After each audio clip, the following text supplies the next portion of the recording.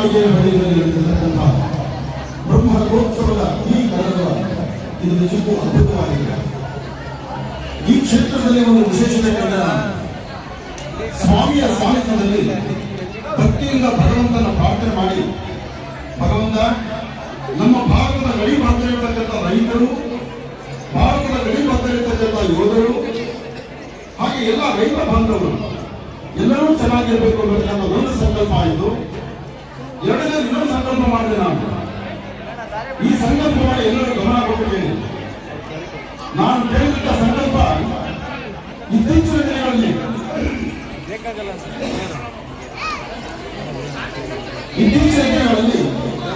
ರೈತ ಬಾಂಧವರ ಕುಟುಂಬಕ್ಕೆ ಹೆಣ್ಣುಮಕ್ಕಳು ಕೊಡ್ತಾ ಇಲ್ಲ. ಈ ನೋವು ಸಾಕಷ್ಟು ಜನರಿಗೆ. ಎಷ್ಟೋ ಜನ ತಂದೆ ತಾಯಿಗಳು ಕಣ್ಣೀರು ಹಾಕೊಂಡು ಹೇಳ್ತಿದ್ದಾರೆ, ಬಹಳ ಕಷ್ಟ ಆಗ್ತಾ ಇದೆ, ನಮ್ಮನೆ ಗಂಡು ಮಕ್ಕಳಿಗೆ ಮದುವೆ ಆಗ್ತಾ ಇಲ್ಲ, ತುಂಬಾ ಜನ ನೋಡಲಿದ್ದಾರೆ ಅಂತ ನನ್ನ ಇಡೀ ರಾಜ್ಯದ ಪ್ರವಾಸದಲ್ಲಿ ಮಾತು ಹೇಳ್ತಾರೆ. ಅದಕ್ಕಾಗಿ ಇಲ್ಲಿರುವಂತಹ ಪವಾಡಗಳನ್ನು ಸೃಷ್ಟಿ ಮಾಡುವಂತಹ ಒಂದು ಅದ್ಭುತವಾದ ಶಕ್ತಿ ಇಲ್ಲಿರುವ ನರಸಿಂಹನಿಗಿದೆ. ಈ ನರಸಿಂಹ ಕ್ಷೇತ್ರಕ್ಕೆ ಬಂದು ಸ್ವಾಮಿಯ ಮುಂದೆ ನಿಂತಾಗಿ ನನಗೆ ಗೊತ್ತಾಗಿ ಈ ವಿಗ್ರಹದಲ್ಲಿ ಒಂದು ಅದ್ಭುತವಾದ ಶಕ್ತಿ ಇದೆ. ಆ ಉದ್ದೇಶಕ್ಕೆ ನಾನು ಪ್ರಾರ್ಥನೆ ಮಾಡಿದೆ. ಪ್ರಾರ್ಥನೆ ಮಾಡಿದಂತಹ ಮನುಷ್ಯನ ಈ ನಿಮ್ಮ ಆನಂದ ಗುರುಜಿ ಸ್ಮಾರಕರು ಅಂದ್ರೆ ಹಣೆಗೆ ವಿಭೂತಿ ಇಚ್ಛಿದ್ದೀವಿ. ನಾನಾಗಿ ನನ್ನ ಮೊದಲ ಹಣೆ ನೋಡಿದ್ರೆ ವಿಭೂತಿ ಕಾಣುತ್ತೆ. ನಾವು ಗರ್ಭಗುಡಿಗೆ ಹೋಗೋಕ್ಕಾಗಲ್ಲ. ಗರ್ಭಗುಡಿಗೆ ಹೋಗುವಂತಹ ತಾಕತ್ತು ಇಲ್ಲಿ ಸ್ವಾಮಿ ಸೇವೆ ಮಾಡುವಂತಹ ಒಂದು ಶಕ್ತಿ ಏನಪ್ಪ ಅಂದ್ರೆ ಅದು ಪಾಂಚರಾತ್ರ ಆಗಮ ಶಾಸ್ತ್ರದಲ್ಲಿರ್ತಕ್ಕಂಥವರಿಗೆ ಪಾಂಚರಾತ್ರ, ಅದನ್ನು ವೈಷ್ಣವರಿಗೆ ಮಾತ್ರ ಸ್ವಾಮಿ ನಮಗೆ ಸೇವೆ ಮಾಡಲಿಕ್ಕೆ ದಾರಿ ಇದೆ. ಅದನ್ನು ಎಲ್ಲರೂ ಗೊತ್ತಿರುವ ವಿಚಾರ. ಆದರೆ ಆನಂದಕ್ಕೆ ಸ್ವಾಮಿಯ ಗರ್ಭಾಲಯದ ಮುಂಭಾಗದಲ್ಲಿ ನಿಂತು ಭಾರತದ ಬಾಂಧವರಿಗೂ ರೈತ ಬಾಂಧವರ ಕುಟುಂಬಕ್ಕೆ ಇವತ್ತಿನ ಕಣ್ಣೀರಾಗಿರ್ತಕ್ಕಂಥ ಸಮಸ್ಯೆಗೂ ಪರಿಹಾರವನ್ನು ನೀವು ಕಲಿಸೋದಾದ್ರೆ ನೀನು ಪ್ರಸಾದ ಕೊಡಬೇಕಪ್ಪ ಅಂತ ದೇವರನ್ನು ಕೇಳಿದೆ ನಾನು. ಆಗ ದೇವರು ಕೊಟ್ಟಂತಹ ಪ್ರಸಾದ ಹೇಗಿತ್ತು ಗೊತ್ತಾಗಿ, ಇದು ಬರೀ ಆನಂದ ಗುರುಜಿ ಮಾತ್ರ ಕಣ್ಣಲ್ಲಿ ಕಂಡದ್ದಲ್ಲ. ನನ್ನ ಸುತ್ತಮುತ್ತ ಇದ್ದಂತಹ ನಿಮ್ಮೂರಿನ ಗ್ರಾಮಸ್ಥರು, ದೇವಸ್ಥಾನದ ಅರ್ಚಕರು, ಎಲ್ಲಾ ಭಕ್ತ ಮಹಾಶಯರು ಸಹಿತ ದೇವರು ಕೊಟ್ಟಂತಹ ಮಹಾಪ್ರಸಾದವನ್ನು ಕಡಿಮೆಗೊಳಿಸಿಕೊಂಡಿದ್ದಾರೆ. ಅದು ಮುಂಬರ್ತಕ್ಕಂತಹ ದಿನಗಳಲ್ಲಿ ಜೀ ಕನ್ನಡದಲ್ಲಿ ಮಹರ್ಷಿವಾಣಿ ಕಾರ್ಯಕ್ರಮದಲ್ಲಿ ನಾವು ನಿರೀಕ್ಷೆ ಮಾಡ್ತೀವಿ. ಇಲ್ಲಿ ಆ ಸುಂದರವಾದಂತಹ ಸಮಯವನ್ನ ಬರೀ ಆನಂದ ಗುರುಜಿಯವರ ಕ್ಯಾಮ್ರಾ ಮಾತ್ರ ಸೆರೆ ಹಿಡಿದಿದ್ದಲ್ಲ, ಇಲ್ಲಿ ಬೇರೆ ಕ್ಯಾಮ್ರಾಮನ್ಗಳು ಇದ್ದಾರೆ, ಅವರು ಸೆರೆ ಹಿಡಿದಿದ್ದಾರೆ. ಇದು ಆಧ್ಯಾತ್ಮಿಕದ ಜಾತ್ರೆ. ಈ ಆಧ್ಯಾತ್ಮಿಕದ ಬದುಕು ಅಷ್ಟು ಅದ್ಭುತವಾಗಿರ್ತಕ್ಕಂಥದ್ದು. ನಂಬಿದ್ರೆ ಏನ್ ಬೇಕಾದ್ರೂ ಸಾಧ್ಯ. ನಂಬಬೇಕು. ಆ ನಂಬಿಕೆಗೆ ಯಾವುದು ದ್ರೋಹ ಆಗಬಾರದು. ಹಾಗೆ ಅಂತಹ ಆಧ್ಯಾತ್ಮಿಕದ ಬದುಕು ಈ ನಮ್ಮ ಧಾರ್ಮಿಕ ಕ್ಷೇತ್ರ. ಭಗವಂತನಲ್ಲಿ ಕೇಳಿದ ಮನುಷ್ಯನ ಸ್ವಾಮಿ ಕೊಟ್ಟಂತ ಪ್ರಸಾದ ಕಣ್ತುಂಬಿಸಿಕೊಂಡಿದ್ದೇವೆ ನಾವು. ಇದು ನಾನೊಬ್ಬರಲ್ಲ, ಎಲ್ಲರೂ ಕಂಡಿದ್ದಾರೆ. ಅದರ ಜೊತೆಗೆ ಈ ಕ್ಷೇತ್ರದಲ್ಲಿ ಇನ್ನೊಂದು ವಿಶೇಷತೆ ಇದೆ. ಸಾಕ್ಷಾತ್ ಗರುಡದೇವರೇ ಬಂದು ರಥವನ್ನು ಹೇಳಿದ್ರು. ಇದು ಶಾಸ್ತ್ರ, ಹೌದಾ? ಹಾಗಿರಬೇಕಾದ್ರೆ ವೈಷ್ಣವ ಸಂಪ್ರದಾಯದಲ್ಲಿ ನಡೀತಿರ್ತಕ್ಕಂಥ ವೈಕಾನಸ ಪಂಚರಾತ್ರ ಆಗಮದಲ್ಲಿ ಪಾಂಚರಾತ್ರ ಆಗಮದಲ್ಲಿ ನಡೆದಂತಹ ಈ ರಥೋತ್ಸವ ಕಾಲದ ಕಲರವ ಈ ಕ್ಷೇತ್ರದಲ್ಲಿ ಶಿವ ಸಾನ್ನಿಧ್ಯವು ಇದೆ. ಅದು ಏನಪ್ಪ ಅಂದ್ರೆ ಭಗವಂತನ ಸಾನ್ನಿಧ್ಯದ ಹಿಂಭಾಗದಲ್ಲಿ ಪ್ರದಕ್ಷಿಣೆ ಮಾಡಿ ಬರಬೇಕಾದ್ರೆ, ಭಗವಂತನ ಸಾನ್ನಿಧ್ಯದ ಹಿಂಭಾಗದಲ್ಲಿ ಪ್ರದಕ್ಷಿಣೆ ಮಾಡಿ ಬರಬೇಕಾದ್ರೆ ಅದು ಪಾರಿಜಾತ ಪುಷ್ಪ. ಪಾರಿಜಾತ ಪುಷ್ಪದ ಮುಂದೆ ನಿಂತು, ಅದು ದೇವರ ಪುಷ್ಪವಾದ್ರಿಂದ ಸಮುದ್ರ ಮಂಥನ ಕಾಲದಲ್ಲಿ ಬಂದಂತಹ ಪಾರಿಜಾತ ಪುಷ್ಪವನ್ನು ಮುಟ್ಟಿ ಆ ವೃಕ್ಷವನ್ನು ಮುಟ್ಟಿ ನಮಸ್ಕಾರ ಮಾಡಿದೆ. ಎರಡು ಹೆಜ್ಜೆ ಮುಂದಕ್ಕೆ ಹಾಕಿದ್ರೆ ಅಲ್ಲಿ ತುಂಡೆ ಗಿಡ ಕಾಣುತ್ತೆ. ಶಿವಕೇಶವಲ್ಲಿ ಭೇದ ಇಲ್ಲ, ಶಿವಕೇಶವಲ್ಲಿ ಭೇದ ಇಲ್ಲ. ಯಾವತ್ತು ಕೇಶವ ಶಿವ, ಶಿವಂ ಹೃದಯ ವಿಷ್ಣು, ವಿಷ್ಣು ಹೃದಯ ಶಿವ. ಹೌದಾ ಸ್ವಾಮಿ? ಶಿವಕೇಶವಲ್ಲಿ ಭೇದ ಇಲ್ಲ. ಆದ್ರೆ ನಮ್ಮ ಕಿತ್ತಾಟ ಏನಿದ್ರು ಕಡೆ ಒಂದು ದಿವಸ ನಾವು ಸೇರಿದಲ್ಲಿ ಎಲ್ಲವನ್ನು ಮುಗಿಸಿಕೊಂಡು ಹೋಗೋ ಜಾಗಕ್ಕೆ ಹೋಗ್ಬೇಕು, ಶಿವನ ಮನೆಗೆ ಸೇರ್ಬೇಕು. ಅಂತ ಶಿವನಿಗೆ ಇಷ್ಟವಾಗಿರ್ತಕ್ಕಂಥ ಈ ತುಂಬೆ ಹೂವನ್ನ ಮಹಾವಿಷ್ಣುವಿಗೆ ಈ ತುಂಬೆ ಹೂವನ್ನ ಸಮರ್ಪಣೆ ಮಾಡುವಂತ ಸೌಭಾಗ್ಯ ಇವತ್ತು ನಮಗೆ ಸಿಗ್ತದೆ.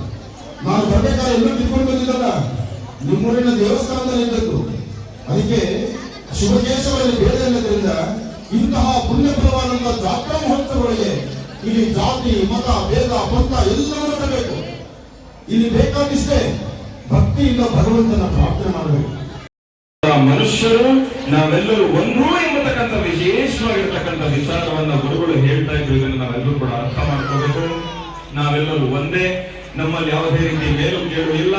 ಭಗವಂತನ ಮುಂದೆ ನಾವೆಲ್ಲರೂ ಕೂಡ ಒಂದೇ. ಗುರುಗಳು ಹೇಳ್ತಾ ಇದ್ರು, ನಾವೆಲ್ಲರೂ ಗರ್ಸದ ಮೇಲೆ ಪರಮೇಶ್ವರನ ಸನ್ನಿಧಾನಕ್ಕೆ ಹೋಗ್ಬೇಕು ಅಂತ. ಅಲ್ಲಿ ನಾವು ಭೇದ ಭಾವ ಮಾಡಿದ್ರೆ ಭಗವಂತ ಕರ್ಕೊಳ್ತಾನ?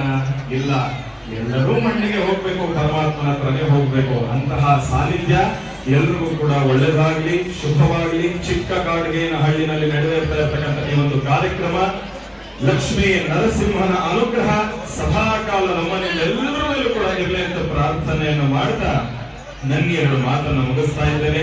ಆದಷ್ಟು ಬೇಗ ರಥೋತ್ಸವದ ಕಡೆ ಹೋಗೋಣ. ನಾವು ನೀವೆಲ್ಲರೂ ಸೇರಿ ಮತ್ತೊಮ್ಮೆ ರಥವನ್ನ ಹಿಡಿದು ಭಗವಂತನ ಅನುಗ್ರಹವನ್ನು ಪಡ್ಕೊಳ್ಳೋಣ ಎಂಬತಕ್ಕಂಥ ಮಾತನ್ನು ಹೇಳ್ತಾ ಒಳ್ಳೆದಾಗಲಿ, ಶುಭವಾಗಲಿ.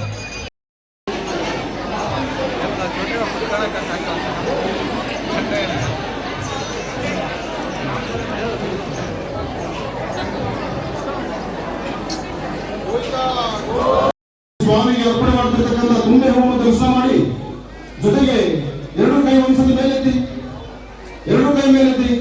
ಯಾವ ಕೈಗಳು ಕೈ ಮೇಲೆತ್ತಿದ್ರೆ ಇವರೆಲ್ಲ ಬಿಟ್ಟು ಹೋಗ್ತಾರೆ. ಗೋವಿಂದ ಜೋರ ಕೈ ಮೇಲೆತ್ತಿ ಹೇಳಿ ಗೋವಿಂದ ನಾಮಸ್ಮರಣೆನ. ಗೋವಿಂದ ಗೋವಿಂದ ಗೋವಿಂದ ಗೋವಿಂದ ಗೋವಿಂದ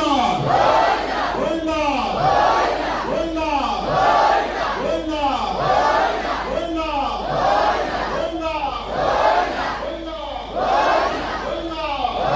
ಗೋವಿಂದ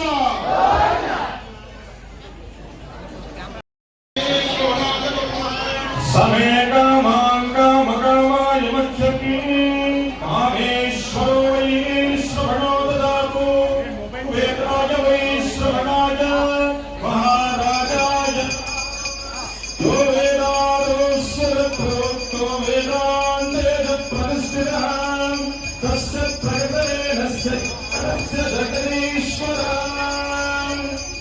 ಶ್ರೀಯಕಾಂತಾಯ ಕಲ್ಯಾಣ ವಿಧಯೇ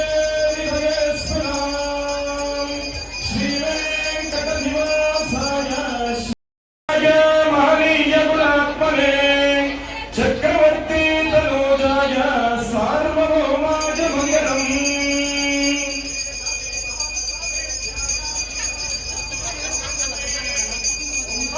ಮೋಹನರೂಪಾಯ ಪುಣ್ಯಶ್ಲೋಕಾಯ ಮಂಗಳಂ. ವಿಶ್ವಾಮಿತ್ರಸುರಕ್ಷಾಯ ನಿತ್ಯಾನಂದರಾಪತೆ ಭಾಗ್ಯಾಯ ಭವ್ಯರೂಪಾಯ ಮಂಗಳಂ.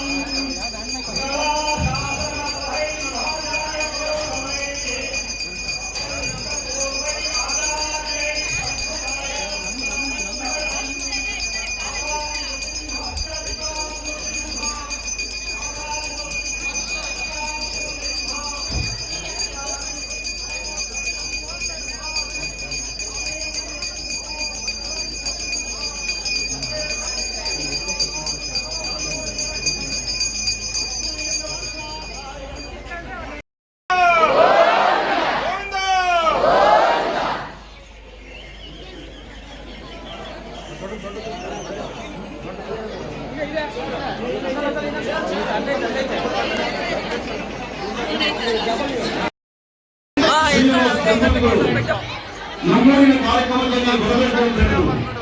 ನಾನಂದ್ರೆ ನಿಮ್ಮೂರಿನ ಕಾರ್ಯಕ್ರಮ, ನಮ್ಮೂರಿನ ಕಾರ್ಯಕ್ರಮ ಅಂದ್ರೆ ನಾನು ಹುಟ್ಟಿದವರು ನನ್ನೂರು. ಅವರೊಬ್ಬರು ಕೈಯಲ್ಲಿ ಬೇಕಿತ್ತಲ್ಲ, ಅದಕ್ಕಾಗಿ ಶ್ರೀನಿವಾಸ ಬಂದಿದ್ದಾರೆ ಅಲ್ವಾ? ಅದಕ್ಕೋಸ್ಕರ ಈ ಒಂದು ವಿಶೇಷವಾಗಿರ್ತಕ್ಕಂಥ ಕಂಕಣವನ್ನು ಇದು 9 ನಿಮಿಷ ಹಾಗೆ ಈ 9 ದಿನ ಕಂಕಣವನ್ನು ಕಟ್ಕೊಂಡ 9 ದಿನ ಕಂಕಣದ ಚರಿತ್ರೆ ಆಗಿದೆ. ಆಮೇಲೆ ಗುರುಗಳು ಕಂಕಣ ಕಟ್ಕೊಳ್ಬೇಕಾದ್ರೆ ಹೇಳಿಲ್ಲ, ನಾಳೆ ಹೊರಸ್ತರಕ್ಕಿತ್ತು, ನಾಳೆ ಪಟ್ಟಣದ ಮೇಲೆ ಊಟ ತಂದಿದ್ರು ಅನ್ನೋ ಮಾತನ್ನು ದಯವಿಟ್ಟು ಆಡ್ಕೋಬೇಡಿ. ಆದ್ರೆ ಇದೊಂದು ಅದ್ಭುತವಾದ ಪ್ರಸಾದ. ಈ ಪ್ರಸಾದ ನಿಮ್ಮ ಜೀವನದಲ್ಲಿ ಒಳ್ಳೆಯ ಯಶಸ್ಸನ್ನು ಕೊಡಲಿ. ಮನುಷ್ಯನ 365 ದಿವಸ ನಾವು ಊಟ ತಿಂತಾ ಇರ್ತೀವಿ. ಆದ್ರೆ ನಮ್ಮೊಂದು ಒಳ್ಳೆ ಯಶಸ್ಸಬೇಕಲ್ಲ, ನಮ್ಮ ಜೀವನಕ್ಕೆ ಅರ್ಥಗತವನ್ನು ಬದುಕಬೇಕಲ್ಲ. ಆ ಬದುಕುವಂತ ಒಳ್ಳೆ ಯೋಗ ಪಾಲ. ಯಾಕಂದ್ರೆ ಮಾತಾಡಿದ ಪ್ರತಿ ಮಾತು ಸಹಿತ ಸ್ವಾಮಿ ಪ್ರಸಾದವನ್ನು ಕೊಟ್ಟಿದ್ದನ್ನು ನಾವು ನೋಡ್ತಾ ಇದ್ವಿ. ಹಾಗೂ ಉಪಾಧ್ಯಕ್ಷರಾದಂತಹ ಗಿರೀಶ್ ಅವರು, ಖಜಾಂಚಿಯಾದಂತಹ ಮುನ್ರಾಜ್ ಅವರು, ಕಾರ್ಯದರ್ಶಿಯಾದಂತಹ ನಟರಾಜ್ ಅವರು, ಹಾಗೆ ಈ ದೇವಸ್ಥಾನದ ಆಡಳಿತ ಮಂಡಳಿ, ಹಾಗೆ ಈ ದೇವಸ್ಥಾನದ ಅರ್ಚಕ ವರ್ಗ, ವಿಶೇಷವಾಗಿರ್ತಕ್ಕಂಥ ಲಕ್ಷ್ಮೀ ನರಸಿಂಹಸ್ವಾಮಿಯ ಸನ್ನಿಧಾನ ಬಹಳ ಪುರಾತನ ಪವಿತ್ರವಾಗಿರ್ತಕ್ಕಂಥ ಕ್ಷೇತ್ರ, ಪ್ರಸಿದ್ಧವಾಗಿರ್ತಕ್ಕಂಥ ಕ್ಷೇತ್ರ. ಈ ಕ್ಷೇತ್ರದಲ್ಲಿ ನಮ್ಮ ತಂದೆಯವರು ಹುಟ್ಟೂರು ಹೌದು, ಚಿಕ್ಕಬಳ್ಳಾಪುರ ಗ್ರಾಮಾಂತರವಾಗಿರ್ತಕ್ಕಂಥ ಈ ಸನ್ನಿಧಾನಕ್ಕೆ ನಾನು ನಮ್ಮ ತಂದೆಯವರು ಪರಿವಾರ ಬಂದಿರತಕ್ಕಂಥದ್ದು ನಿಜಕ್ಕೂ ಬಹಳ ಅದ್ಭುತ ಅಂತಾನೆ ಹೇಳ್ಬೋದು. ಲಕ್ಷ್ಮೀ ನರಸಿಂಹಸ್ವಾಮಿಯ ಸನ್ನಿಧಾನದಲ್ಲಿ ಬಹಳ ವಿಶೇಷವಾಗಿರ್ತಕ್ಕಂಥ ಜಾತ್ರಾ ಮಹೋತ್ಸವ. ಈ ಜಾತ್ರಾ ಮಹೋತ್ಸವಕ್ಕೆ ಆಗಮಿಸಿರ್ತಕ್ಕಂಥ ತಮ್ಮೆಲ್ಲರಿಗೂ ಕೂಡ ಒಳ್ಳೆಯದಾಗಲಿ, ಶುಭವಾಗಲಿ. ಇನ್ನು ಈ ಕಾರ್ಯಕ್ರಮವನ್ನು ವೀಕ್ಷಣೆಯನ್ನು ಮಾಡ್ತಾ ಇರ್ತಕ್ಕಂಥ ಸಮಸ್ತ ವೀಕ್ಷಕರು ಕೂಡ ತಮ್ಮೆಲ್ಲರಿಗೂ ಕೂಡ ಒಳ್ಳೆಯದಾಗಲಿ ಅಂತ ನಾನು ಕೂಡ ಭಗವಂತನಲ್ಲಿ ಪ್ರಾರ್ಥನೆಯನ್ನು ಮಾಡ್ತೇನೆ. ಒಳ್ಳೆಯದಾಗಲಿ, ಶುಭವಾಗಲಿ. ಅದಕ್ಕೋಸ್ಕರನೇ ಕಲ್ಯಾಣೋತ್ಸವ ಆಗಿರುವ ಕಾರಣದಿಂದ ಗುರುಗಳು ಈಗಾಗಲೇ ಬಹಳ ಅದ್ಭುತವಾಗಿರ್ತಕ್ಕಂಥ ವಿಚಾರ ಹೇಳಿದ್ದಾರೆ. ಇಲ್ಲಿರ್ತಕ್ಕಂಥ ಎಷ್ಟೋ ಜನ ರೈತ ಕುಟುಂಬಗಳಿಗೆ ಒಳ್ಳೇದಾಗಬೇಕು, ರೈತರು ಮದುವೆ ಆಗಬೇಕು ಅಂತ ಹೇಳಿ ಈಗಾಗಲೇ ಲೋಕ ಕಲ್ಯಾಣಾರ್ಥವಾಗಿರ್ತಕ್ಕಂಥ ಒಂದು ಸಂಕಲ್ಪ ಪ್ರಾರ್ಥನೆಯನ್ನ ನಾನು ಗುರುಗಳು ಸಲ್ಲಿಸಿದ್ದೇವೆ. ಕಂಕಣದ ವಿತರಣೆ ಆಗಿದೆ. ಮುಂದಿನ ದಿನಮಾನಗಳೆಲ್ಲವೂ ಕೂಡ ಸುಭಿಕ್ಷವಾಗಿರುತ್ತೆ. ನಮ್ಮ ರೈತರು ಎಲ್ಲರೂ ಚೆನ್ನಾಗಿರ್ತಾರೆ, ಅವ್ರು ಚೆನ್ನಾಗಿರ್ಬೇಕು ಎಂಬ